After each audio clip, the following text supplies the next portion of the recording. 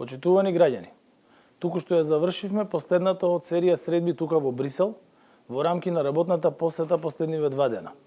Драго ми е што средбата со председателката на Европската комисија, Урсула фон дер Лајен, ја заокружи нашата агенда.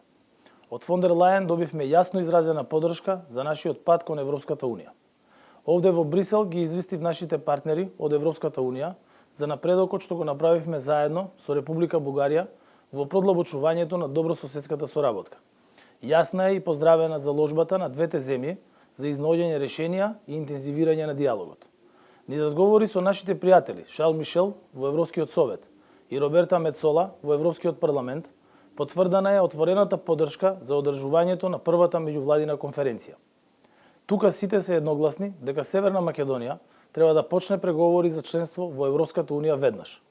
Благодарни сме и за солидарноста покажана од страна на Европската унија за време на целата пандемија. Низ кризите си покажавме што значи да сме европејци и што значи за Северна Македонија да има потпора во најтешките моменти. Нашата иднина е европска, демократска и современа.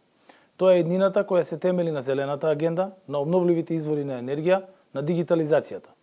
Тоа е патот кој на нашите млади им создава предвидливост и простор за развој. Во тој контекст го поздравивме економскиот инвестициски план за Западен Балкан како значаен чекор кој ќе значи реализација токму на таквите стратешки приоритети. Посетата ја започнавме со заедничката пресконференција со генералниот секретар Јенс Столтенберг во НАТО.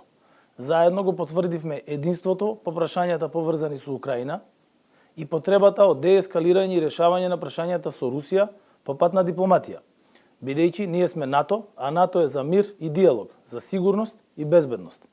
Ја завршуваме работната посета со средбите со драги пријатели во Европската унија, домот на кој му припаѓаме. Се враќаме со силна поддршка која не мотивира да го интензивираме европеизирањето дома.